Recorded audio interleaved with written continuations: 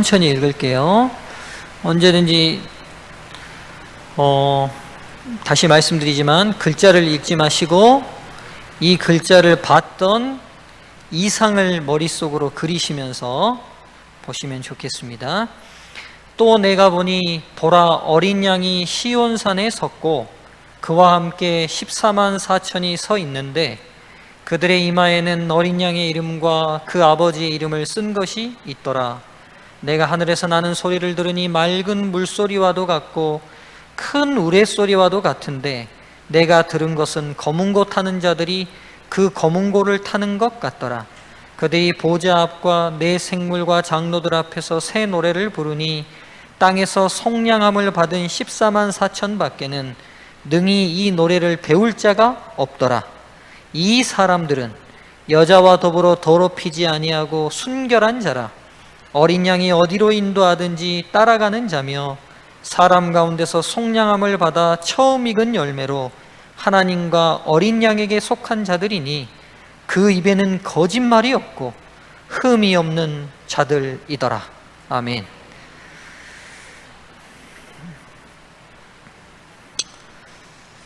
요한계시록은 선악의 대쟁투의 역사 전체와 마지막에 이 쟁투가 어떻게 전개될 것을 우리에게 계시하여 보여주고 있습니다. 12장과 13장은 악의 편에서 연합하여 하나님과 하나님의 백성을 대적할 세력들이 공개됐어요. 12장 말미에 바다 모래 위에 서 있는 용이 등장하고 12장에 그 바다에서 두 짐승이 함께 나와서 하나님의 백성들과 마지막 시대 때 하나님의 교회를 어떻게 공격할 것인지를 기록하고 있습니다. 이제 이 공격의 주요 대상이 되는 하나님의 백성들은 어떻게 이 공격에 대해서 대응할 것인지가 드디어 14장에서 드러납니다. 여기 보면 어린 양과 함께 14만 4천이 시온산에 서 있습니다. 자, 악의 편에 섰던 악의 삼위일체, 용과 땅에서 나온 바다에서 나온 짐승과 땅에서 나온 어린 양 같은 새 짐승이 있었죠. 용이 12장 제일 말미 17장에 12장 17절에 어디에 서 있었어요? 바다 모래 위에 서 있었어요. 그리고 그 바다에서 그를 도울 두 짐승이, 한 짐승이 나오고 땅에서 한 짐승이 나왔죠. 반면에 이들의 대적 반대편에 있는 하나님의 어린 양을 따르는 하나님의 백성들은 지금 어디 서 있습니까? 산 위에 서 있습니다. 산 위에. 그렇죠? 그림이 좀 그려지시죠?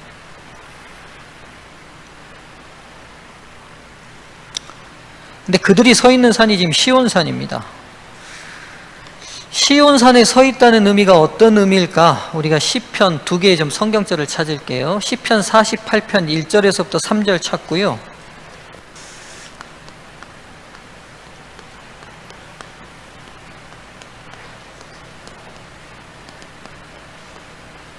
미가 4장 7절 찾겠습니다. 자, 이쪽 편이 시편 찾으셔서 읽으시고요. 이쪽 편이 미가 찾으셔서 읽으시면 되겠습니다. 자, 찾으셨습니까? 시편 48편 1절로 3절.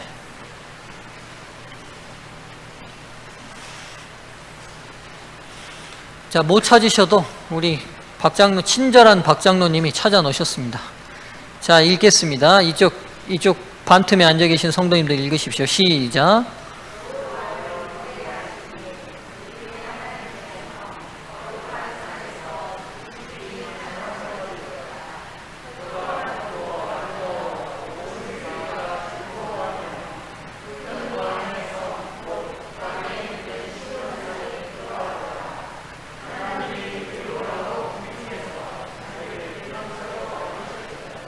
예, 여기서 이제 하나님의 거룩한 터전인 시온산이 뭐가 되고 있어요? 제일 아래쪽에 자기를 피난처로 알리셨다고 돼 있죠. 그러니까 지금 14만 4천이 시온산에 섰다는 의미는 단순히 하나님이 계시는 곳에 섰다는 의미 그 이상의 의미가 있는데, 온 세계와 연합하여 공격할 그 막강한 세력이 어떻게도 침범할 수 없는 피난처 되시는 하나님의 성에 있다는 의미이기도 합니다. 아시겠죠? 그러니까 14만 4천이 아무리 적은 소수이지만 절대로 세상의 공격 앞에 무너지지 않을 강고한 피난처 되시는 하나님의 시온성에 서 있다는 의미를 시편 48편 1절과 3절이 얘기해 주고 있습니다. 이제 미가 4장 7절을 보죠. 자, 저기 찾아 놓으셨죠? 장로님 올리십시오. 박 장로님, 미가 4장 7절. 예. 자, 읽으시죠. 시작.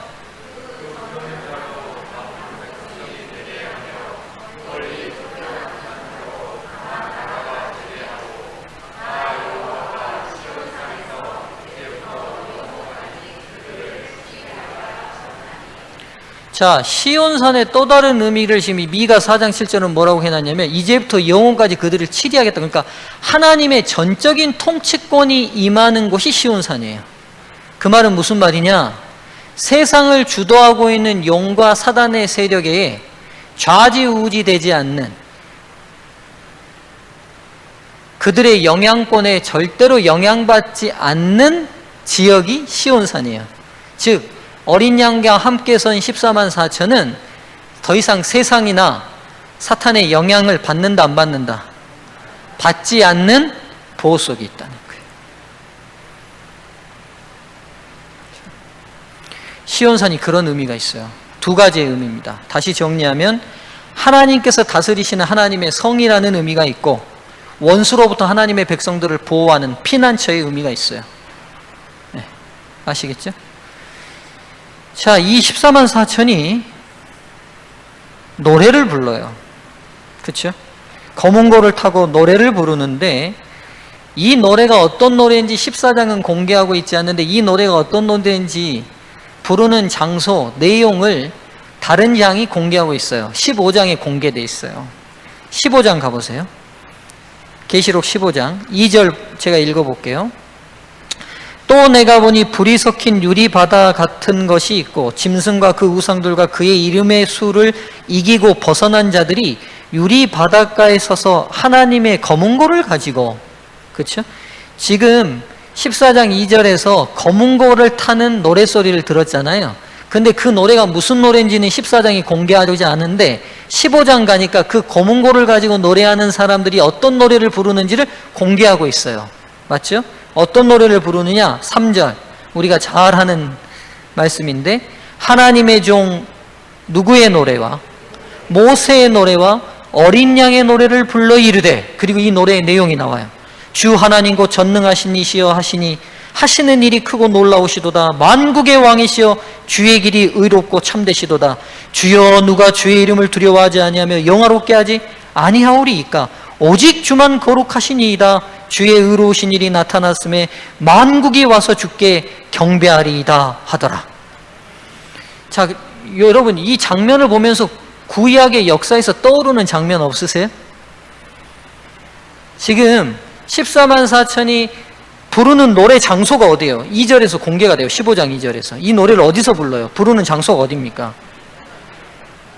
예, 불이 섞인 유리바다 같은 것이 있고, 그러니까 지금 유리바닷가에서 이 노래를 불러요. 노래 제목은 뭐예요? 모세의 노래와 어린 양의 노래예요. 그리고 가사는 밑에 두 절이 있어요. 그렇죠? 여러분 이거 무슨 장면이 딱 연상 안 되세요?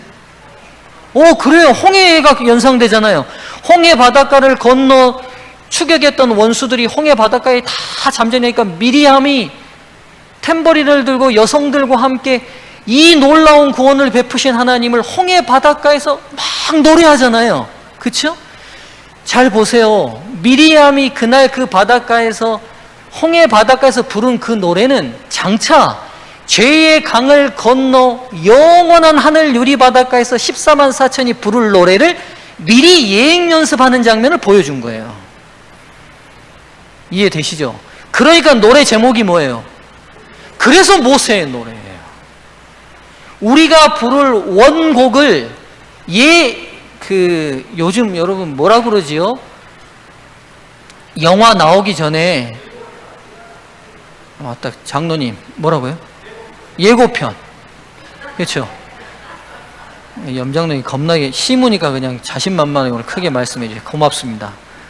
영화 막 1시간 반씩 되는 본편 영화가 나오기 전에 어때요?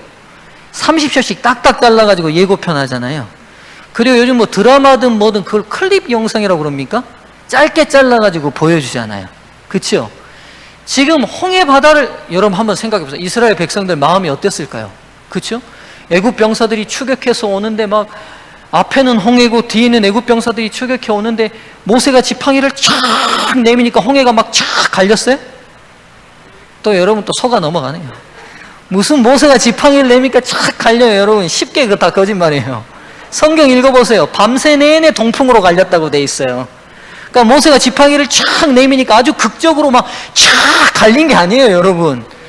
바람이 그때부터 불기 시작해서 밤새 내내 이스라엘 백성들이 그 바다를 지켜보고 있는데 동풍으로 계속 밤새 내내 그 길이 벌어지고 있었어. 그러니까 근데 여러분 생각해 보세요. 쫙 갈리면 얼마나 통쾌한데 뒤에 병사들은 계속 오지, 바람은 계속 불면서 이게 열릴까 안 열릴까 열릴까 안 열릴까 그러고 있지, 얼마나 마음을 졸였겠어요. 그래서 그 강이 여러분 그러고 난 다음에 새벽녘에 그들이 건너가요. 잡히기 직전까지. 그리고 이제 건너갔는데 때마침 이제 애국 병사들까지도 그 바닷길로 이렇게 건너오는데 여러분 얼마나 마음이 저려요. 근데 하나님께서 바다의 길들을 다시 닫으시고 그들을 급류 가운데 다 쓸려가게 하셨을 때 그들이 얼마나 가슴이 벅차서 그냥 노래가 바로 절로 나오지 않았겠어요? 모세의 이름 뜻이 뭐예요, 여러분? 모세의 이름 뜻이 뭐예요? 건져냄이에요. 건져냄. 이름도 중요해요. 그래서 지을 때 좀 잘 지으셔야 돼요. 건져냄. 본인이 물에서 건져냄을 입은 그 사람이 죄의 바다에서 건져낼 지도자가 됐고, 그리고 그들이 부르는 노래가 건져냄의 노래예요. 근데 진짜 이 노래의 본편은 누가 불러요? 14만 4천이 하늘 유리바닷가에서 부를 거예요.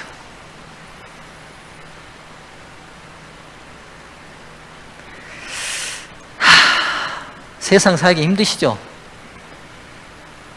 힘든 세상만 보지 마시고 장차 우리가 서게 될 영광의 자리도 바라보시면서 힘있게 사시면 좋겠습니다.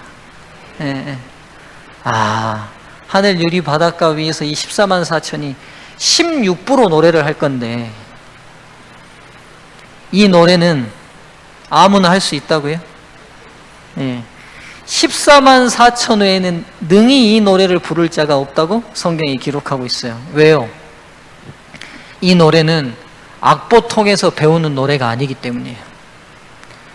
죄의 강을 건너며 하나님의 놀라운 사랑과 은혜를 삶의 개인마다 경험에서 나와서 본인의 삶으로 쓴 악보가 있는 사람만이 부르는 노래예요.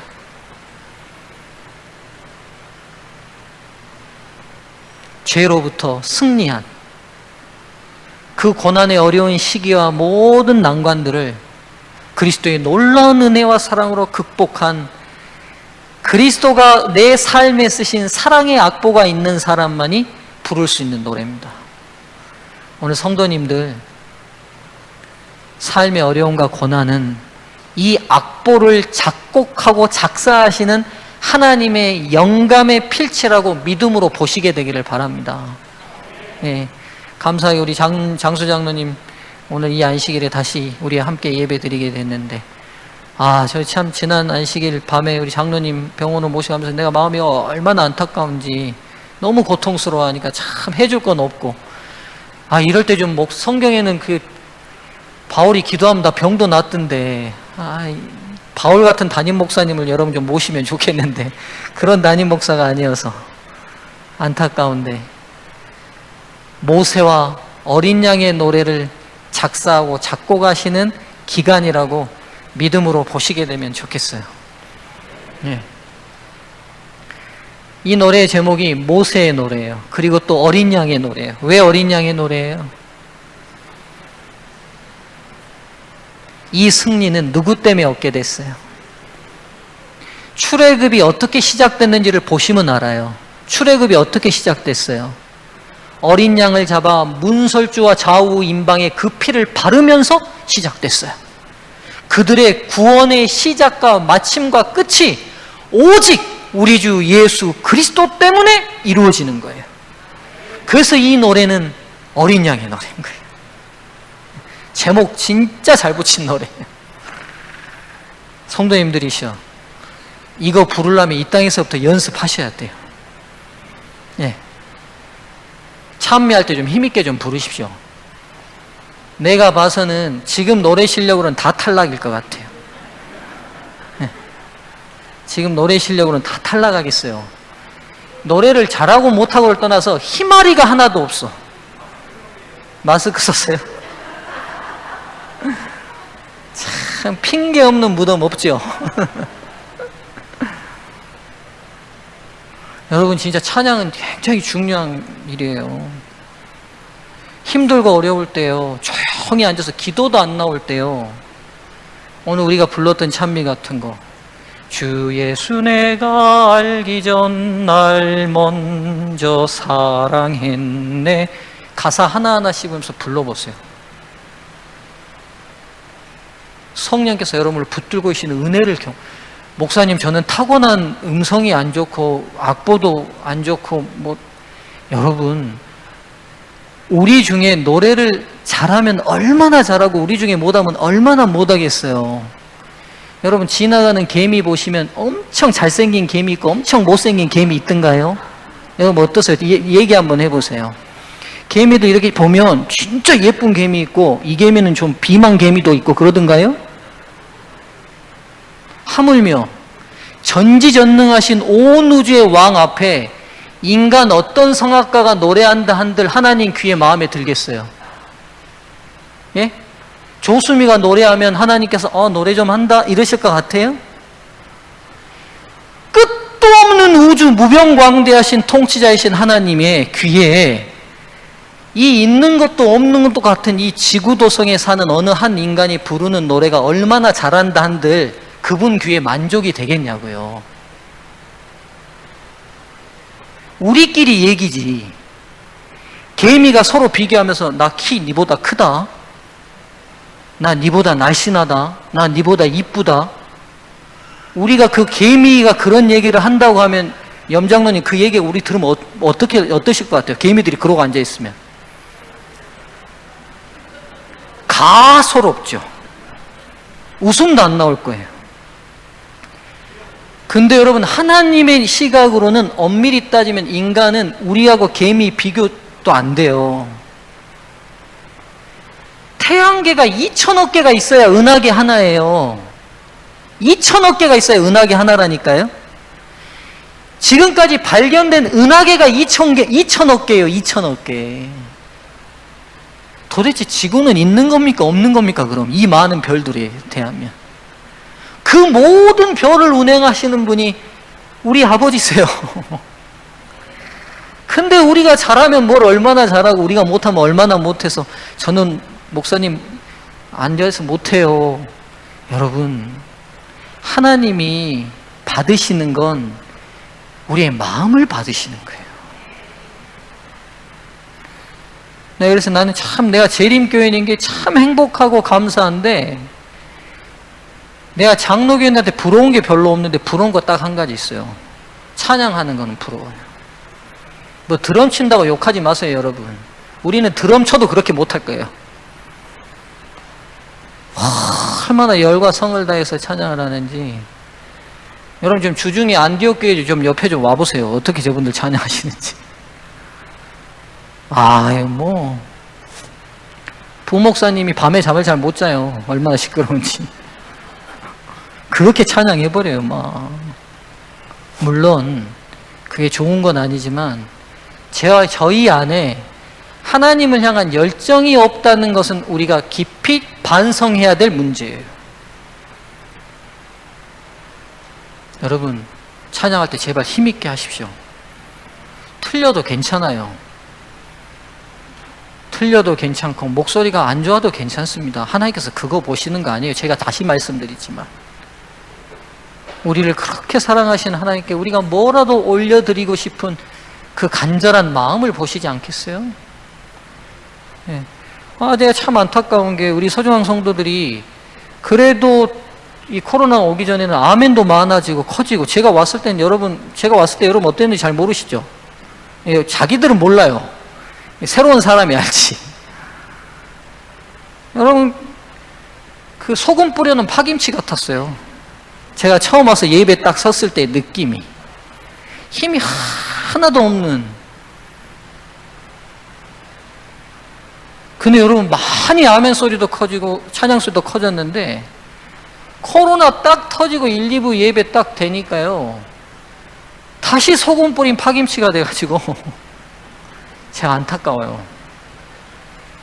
오늘 계시록을 빌려서 우리가 다시 한번 힘냅시다, 여러분. 예, 우리가 코로나가 이게 뭐 아무것도 아니잖아요. 아무것도 아니죠. 근데 이것 때문에 우리가 왜 위축이 돼요? 왜 위축될 필요가 뭐가 있습니까? 그렇잖아요. 우리가 전쟁 중에도요, 민족이 서로 죽이고 죽이는 전쟁 중에도 예배드리고 찬양했던 사람들이고요, 일제 때 잡아 죽인다 해도 산속에 들어가서 예배드리고 찬양했던 사람들이에요. 두려워하지 말고, 예, 안전하게 찬양 열심히 하시고요. 여러분, 주중에라서라도 혼자 있더라도 찬양 많이 하십시오. 유리 바닷가에서 부를 그 찬양의 날을 고대하면서, 예, 저는 이제 그 파트장 하려고요. 예, 14만 4천에서 파트장 해보고 싶은데 될란지는 모르겠습니다만 제가 하이 파트장을 좀 해보려고 노력 중입니다. 예. 얼마나 감격될까요? 얼마나 영광스러울까요? 참 상상만 해도 제 가슴이 뛰는 장면입니다. 이 노래는 그리스도의 사랑이 몸에 배서 나오는 경험의 노래입니다. 그래서 14만 4천에는 아무도 부를 수 없는 노래입니다. 이 아름다운 노래, 이 아름다운 찬양, 우리가 다 참여했으면 좋겠습니다. 자, 이 14만 4천이요, 가진 이 사람들이 어떤 사람인지 4절과 5절이 5가지 특징을 들고 있어요. 5가지의 특징을. 첫 번째 특징이 뭐냐면, 여자와 더불어 뭐하지 않았다? 더럽히지 않았다는 게 특징입니다. 첫 번째 특징이에요. 여자로 더불어 더럽히지 않았다는 거예요. 근데 여러분 아시다시피 성경에서 하나님과 우리와의 관계를 가장 많이 비유로 드는 게 뭐냐면 결혼의 비유예요. 그렇죠? 남편과 아내에 대한 비유. 그래서 구약 성경에 이스라엘이 계속 하나님을 배도하고 우상 숭배에 빠졌을 때 하나님께서 너희들이 남편을 지아비를 버리고 도망간 여인에 비유하여 자주 그들을 책망하시고 너희가 음란하였다라는 예들을 자주 예를 드셨어요. 이게 신약까지도 계속 연결됩니다. 그래서 신앙의 불성실함, 불충실함을 나타내는 백성들을 말할 때 언제나 음란하고 불결한 여인으로 예를 들어요. 근데 이 백성들은 여자로 더불어 더럽히지 않은 백성들이에요. 여러분, 고린도 후서 11장 2절에 있는 말씀 하나 찾을까요? 고린도 후서 11장 2절입니다. 고린도 후서 11장 2절입니다.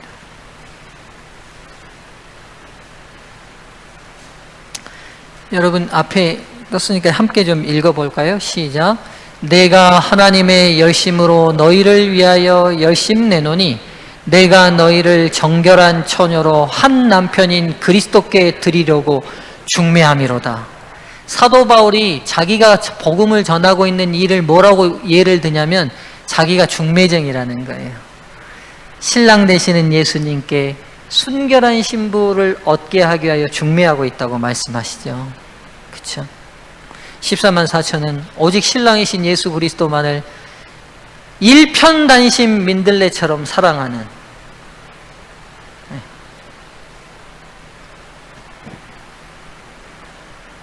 성도들입니다. 우리도 예수님에 대한 사랑을 이렇게 순결히 지켜나갈 수 있으면 좋겠습니다. 둘째로 이들의 특징이 어린 양이 어디로 인도하든지 따라가는 자들입니다. 어린 양이 어디로 인도하든지 따라가는 자. 여러분, 요한복음 10장에 예수님께서 양과 목자의 이야기를 하시면서 양은 누구의 목소리를 안다? 목자의 목소리를 안다. 팔레스틴에서 지금도 베두인들은 예수님 당시에 양치기들처럼 그대로 양을 치는데 양 하나하나에게 다 이름을 붙이고 양들이요 목자의 자기를 인도하는 자기 집주인의 목자 얘기를 개보다 더 정확하게 알아들어요. 그리고 이름을 부르면 지금도 그 목자에게 와요. 정확하게. 근데 그 똑같은 이름도 다른 목자가 부르면 양들이 가지 않습니다. 그러니까 양이 되게 미련한 동물이지만 이 양에게 있는 가장 중요한 그가 살아가는 유일한 비결 중에 하나는 지를 인도하는 목자의 목소리는 절대로 안 잊어버린다는 거예요. 여러분, 우리가 세상을 승리할 수 있는 유일한 비결은요, 우리가 어떤 능력을 갖추는 게 아니라 우리를 인도하실 어린 양의 목소리만큼은 절대로 잊어버리지 않는 거예요. 이거예요, 여러분. 양은 알다시피 여러분 방향 감각이 없는 동물입니다. 그래서 가축 중에 유일하게 집을 못 찾는 게 양입니다. 그리고 모든 가축들은요 자기 털을 자기가 고릅니다. 고양이 어때요? 그렇죠? 개도 어때요? 자기 털을 자기가 못 고르는 가축이 있는데 양입니다. 주인이 정기적으로 깎아주지 않으면요 손뭉치가 돼버립니다. 그리고 양은 맹수들을 공격하는 별로의 능력이 없어요. 소나 이런 말들은 뒷발에 힘이 세서라도 공격하는데 양은 없어요. 그래서 양은 절대적으로 돌봐주는 주인이 없으면 혼자 살 수 없는 동물입니다. 혼자 살 수. 그리고 양이 또 얼마나 미련하냐면요, 여러분 성경에 보면 양과 염소의 비유가 나오는 이유가 있습니다. 양은요 양들만 몰고 다니면서 못 키워요. 못 키우는 이유가 있어요. 풀을 독초인지 먹어야 될 풀인지 양은 구별을 못해요. 누구는 하냐? 염소는 해요. 그래서 양 무리의 3분의 1 정도는 염소를 섞어서 같이 키우는 이유가 뭐냐면 염소는 독초를 가리니까 그거 보고 따라서 먹으라고. 그래서 어떨 때는요 양들이 독초인지 모르고 먹고 이 팔레스틴의 이 목동들의 기록에 보면 수백 마리가 죽는 경우들도 있어요. 근데 양이요 그렇게 미련하고 분별력 없고 방향감각 없어도 사는 유일한 이유가 뭐라고요? 목자의 음성은 알아들어요. 14만 4천은 능력이 탁월한 사람들이 아니에요. 예수님의 목소리를 정확히 아는 사람들이.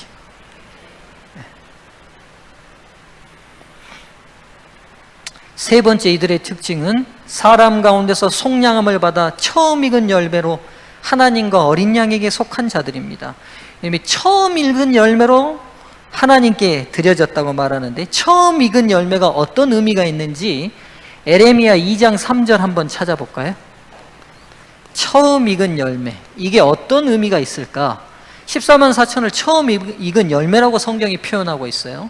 어떤 의미가 있는지 에레미야 2장 3절 한번 찾아서요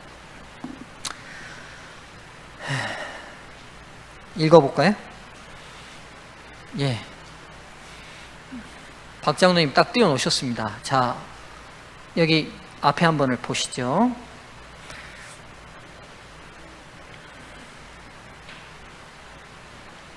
찾으셨어요? 예. 에레미야 2장 3절. 자, 보십시오. 그때의 이스라엘은 나 여호와의 성물 곧 나의 소산 중 처음 열매가 되었나니.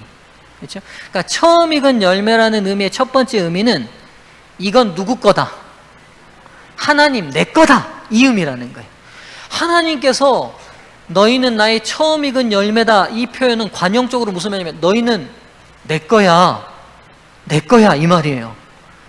그렇기 때문에 그 뒤에 말씀 읽어볼게요. 처음 열매가 되었나니 그를 삼키는 자면 다 벌을 받아 재앙을 만났으리라. 여호와의 말이니라. 처음 익은 열매를 괴롭히거나 파괴하는 사람은 누가 가만두지 않겠다는 거예요? 하나님께서 재앙으로 다 다스리겠다는 거예요. 내게 속한 너희들은 어느 누구도 침범할 수 없는 보호와 안전을 보장하겠다는 약속이 있는 말씀이 처음 익은 열매라는 말입니다.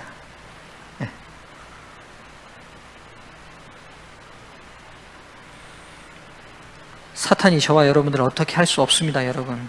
저와 여러분들이 그리스도를 통해 처음 익은 열매로 하나님께 드려진 하나님의 것들입니다. 네 번째, 이들의 특징이 있어요.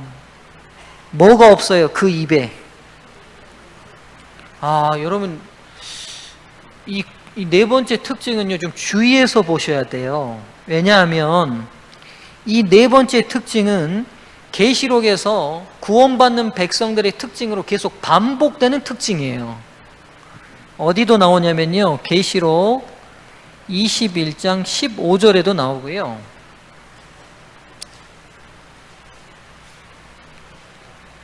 22장 15절이고요, 21장 27절에도 나와요. 이 두 성경절도 똑같이 하늘 예루살렘 성으로 들어가는 거룩한 백성들의 특징으로 뭘 하지 않는다고 나와요? 이 반복돼요. 거짓말하지 않는 자들이라고 나와요. 제가 그래서 왜 구원의 반열에 들어서는 이 믿음의 거룩한 마지막 백성들을 그 입에 거짓말이 없다는 특징을 이렇게 강조하셨을까 생각해 보게 됐어요. 여러분, 왜 이렇게 이 거짓말, 그 입에 거짓말이 없다, 이들의 이 중요한 특징이 입에 거짓말이 없다는 건데, 이 도대체 무슨 의미일까요, 여러분? 거짓말이 없다.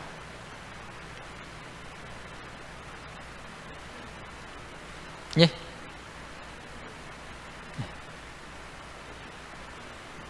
옆분들하고 한번 상의, 제가 물 한 잔 마시는 사이에 잠깐 상의 좀 하시죠. 이게 어떤 의미일까?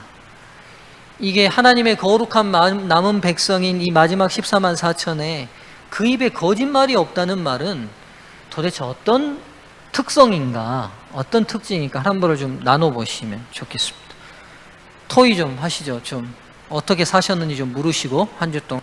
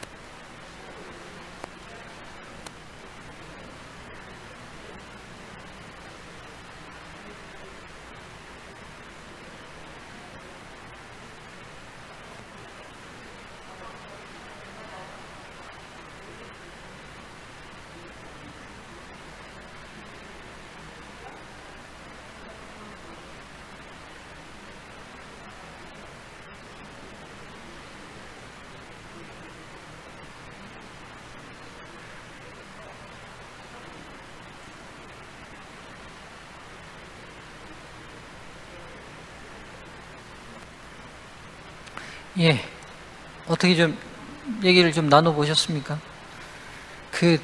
여러분, 이렇게 성경의 진리든 뭘든 내가 생각해도 말이 안 되는 것 같아도 말을 좀 해보세요.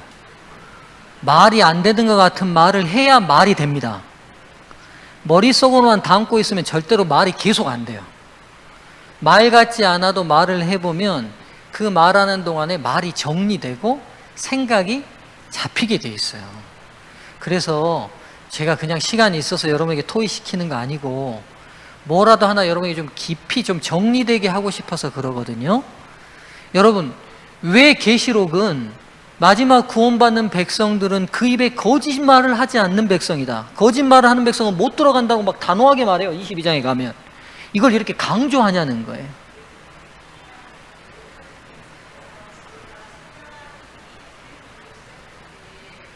집사님, 잘 생각하셨어요. 사탄이 직업이 뭐예요? 거짓의 아비예요. 죄가 왜 시작됐어요? 거짓말로부터 시작됐어요. 하나님이 하시지 않은 말씀, 하나님이 한 말씀을 왜곡해서 거짓말로부터 죄를 퍼뜨렸어요. 하나님이 그래서 거짓말을 진짜 싫어하십니다. 근데 문제는 진리를 믿는다는, 성경을 믿는다는 백성들 안에도 교묘하게 거짓이 들어와 있어요.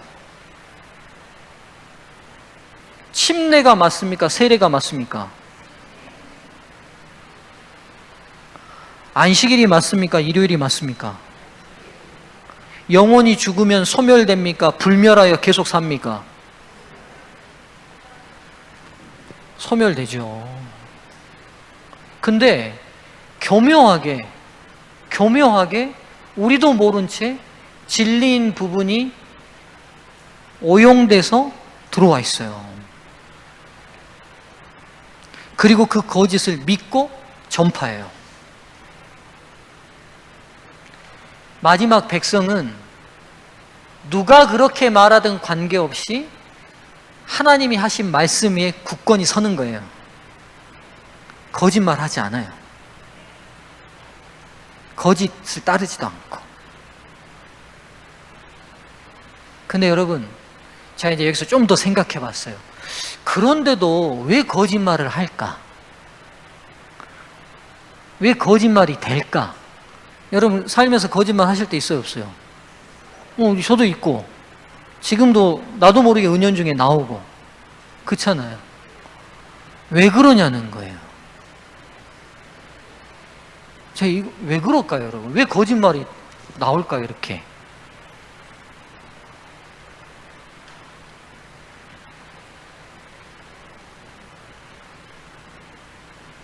거짓말을 할 때를 저를 돌아보니까 나에게 불이익이 올 것 같으면 거짓말 하더라고요. 어렸을 때부터 가만 제가 생각해 봤어요. 내가 잘못해놓고도 부모님이 너 했어 안 했어? 그러면 내가 나 안 했어 그래. 왜요? 했다고 하면 맞을까 봐. 누구한테 불이익이 오는? 나한테. 안 가르쳐줘도 이거는 진짜 알아요. 본능적으로 내 이익에 손해가 될 것 같으면 나도 모르게 어떻게 해요? 거짓말이 불쑥 튀어나와요. 불쑥 튀어나와요.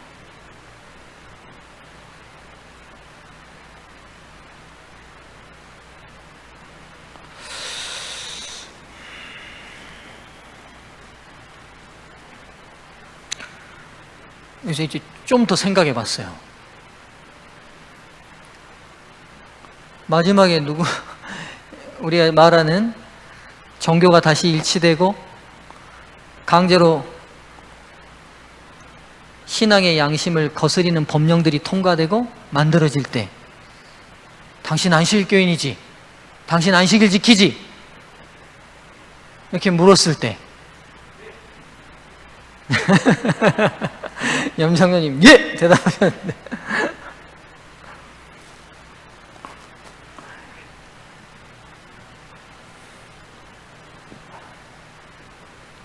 그래서 이게 중세시대 때 그랬어요. 성경 놓고 공산화될 때, 러시아든 북한이든 공산화될 때 기독교인들 다 일렬로 줄 세워놓고 성경 놓고 너희들이 기독교인이 아니란 걸 증명해라. 밟고 가든지 침을 뱉고 가든지 이런 거 했거든요. 그리고 그렇게 하지 않을 때 어떤 일들을 당했는지는 뭐 역사를 통해서 여러분 다 잘 아시죠. 근데 제가 보니까 14만 4천은 그렇게 하고 싶어도 안 되는 거예요. 무슨 말인지 아시겠어요? 내가 거짓말을 해서 내 위기를 모면하고 나를 보존하고 나에게 이익되는 행동을 하고 싶은 게 성품상 안 되는 거예요. 왜냐하면 그들의 이마에 어린 양과 아버지의 이름이 찍혀버렸어요. 하나님은 거짓말 하실 수 있어요, 없어요? 하나님은 거짓이 없으신 분이에요. 이마에 그분의 인이 찍혔다는 것은 그들의 인격이 누구의 인격을 닮아버렸다는 거예요? 하나님의 인격이 닮아버렸다는 거예요. 그래서 어떤 위기든 어떤 불이익이든 만나도 있는 그대로, 배운 그대로, 성경이 기록한 대로 말해지는 거예요. 그러니까 여러분, 이제 제가 여기서 드리려는 말씀이 그거예요. 나는 그런 위기나 시험 가운데 정직하게 말 못할 것 같은데 걱정되는데, 왜냐하면 제가 어렸을 때 어른들한테 이런 계시록의 얘기를 들을 때마다 그런 게 두려웠어요. 근데 여러분 주목해야 될 건 그 위기 가운데 정직하게 말할 수 없는 내 연약함이 아니라 이 14만 4천은 이미 그들의 이마에 어린 양과 하나님의 이름이 찍혀버렸어요. 성령으로 인침을 받아버렸어요. 그러니까 그들의 인격이 이미 누구 안에서 변함을 겪어버렸어요? 성령 안에서 변화를 겪었기 때문에 그 위기가 보이지 않고 그냥 정직한 대로 하는 게 프로그래밍 돼버린 거예요. 그러니 환난을 당하거든 어려움을 당하거든 그게 두렵지 않은 거예요. 그러니까 결론은 걱정하지 마시라는 거예요. 그 말이에요. 제가 지금 드리려는 말이 걱정하지 마시라고요. 성령으로 우리가 그리스도 예수 그리스도를 붙들어 인침이 임하면 우리 힘으로 하는 게 아니라 우리 안에 내주하시는 성령께서 그렇게 해주실 거예요. 네. 또 오늘 밤에 가서 잠 못 자실 것 같아가지고 마지막 5번째 이들의 특징입니다. 흠이 없는 자들입니다. 여러분 이 단어는요, 우리가 늘 흠이 없다고 그러면 내가 죄 안 짓고 도덕적으로 완벽하다 생각이 쉬운데 그 단어가 아니에요. 이 헬라어 단어가 아모모스라는 단어인데요, 도덕적 완전을 가리키는 게 아니에요. 도덕적 완전을. 그럼 어떤 완전이냐? 2가지로만 제가 설명할게요. 욥기 1장 1절을 보시면 욥이 하나님을 완벽하게 알았어요, 알지 못했지만 그냥 충성하고 따랐어요. 욥이 하나님을 완벽하게 알고 따랐어요? 아니면 그가 아는 믿음의 범주 내에서 최선껏 충성했어요? 2번째예요. 왜냐하면 욥이 나중에 40장에서 고백하잖아요. 내가 그동안 하나님을 귀로만 들었었더니 이제는 눈으로 보았나이다, 이렇게 말하거든요. 그러니까 그 욥의 고난의 과정을 통해 욥은 하나님을 더 깊이 알게 되는 경험을 한 거예요. 그러나 욥기 1장이 시작하면서 그가 하나님을 완벽하게 알지 못했다 할지라도 욥은 그 하나님에 대한 충성을 어떻게 했어요? 견지했죠. 이게 흠이 없다는 말이에요. 아시겠어요? 그 다음 2번째, 노아에게 이 단어가 쓰였는데요, 창세기 6장 9절이에요. 여기 보시면 노아는 완전하여 이렇게 나와요. 그러니까 흠이 없다는 말이죠. 그리고 그 뒤에 말이 중요해요. 여기 나오죠. 그가 누구와 동행했대요? 하나님과 동행했대요. 이 단어예요. 그가 하나님 없이 죄 안 짓는 완전한 사람이 된 게 아니라 하나님과 동행한 그 자체가 흠이 없는 거예요. 아시겠어요? 목사님 그 말이 그 말 아닙니까? 아니요, 완전히 달라요. 완전주의라는 건 뭐냐? 하나님 없이 내가 죄 안 짓고 완전해질 수 있다고 믿는 거예요. 아시겠어요? 이게 완전주의예요. 그러나 성경의 완전은 그가 지금 어떤 일을 행하고 있다는 데 초점이 아니라 그가 누구랑 동행하고 있느냐가 초점이에요. 아시겠어요? 내가 하나님과 동행하고 있는 게 완전이라고요. 그게 흠이 없는 거예요. 예. 5번째 특징까지 다 마쳤습니다. 오늘 이제 14만 4천의 특징들 오늘 공부했는데요. 이제 다음 시간에는 세천사의 기별, 이들이 마지막 시대 때 하나님의 천사가 돼서 세상에 전할 기별, 이 재림교회의 가장 중요한 사명인 14만 4천을 다음 시간에 하도록 하겠습니다. 사랑하는 성도님들이시여, 우리가 얼마나 감사하고 특권 있는 백성입니까? 그쵸? 우리가 하늘 14만 4천에 들어갈 기회를 얻은 백성들입니다.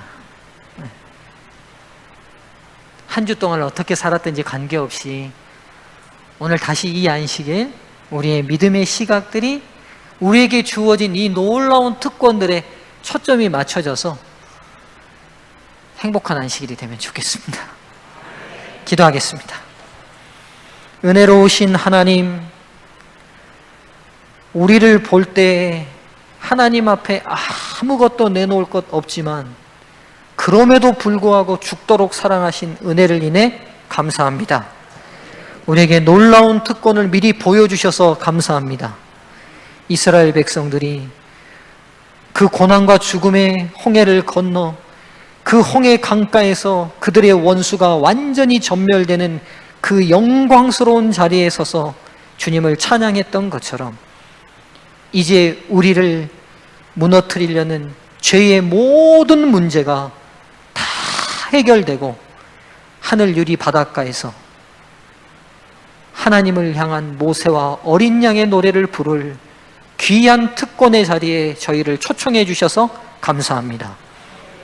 주님, 우리가 이 영광의 자리만큼은 놓치지 않게 도와 주시옵소서. 이 땅에 보이는 것만 보고 살지 말게 도와주시고 영원히 이루어질 이 계시록의 진리를 보고 이 안식일 세상에서 받은 상처가 회복되게 도와 주시옵소서. 우리 성도들 지금 이 시간에도 몸이 아프고 해결되지 않는 문제들로, 해결되지 않는 인간관계로 고민하고 있을 줄 압니다. 하나님의 말씀에, 하나님의 약속에 눈을 떠서 그 문제로부터 벗어나게 도와주시옵소서. 하늘의 평안이 우리 성도들과 함께 해주시기를 예수 그리스도의 이름으로 기도드리옵나이다. 아멘.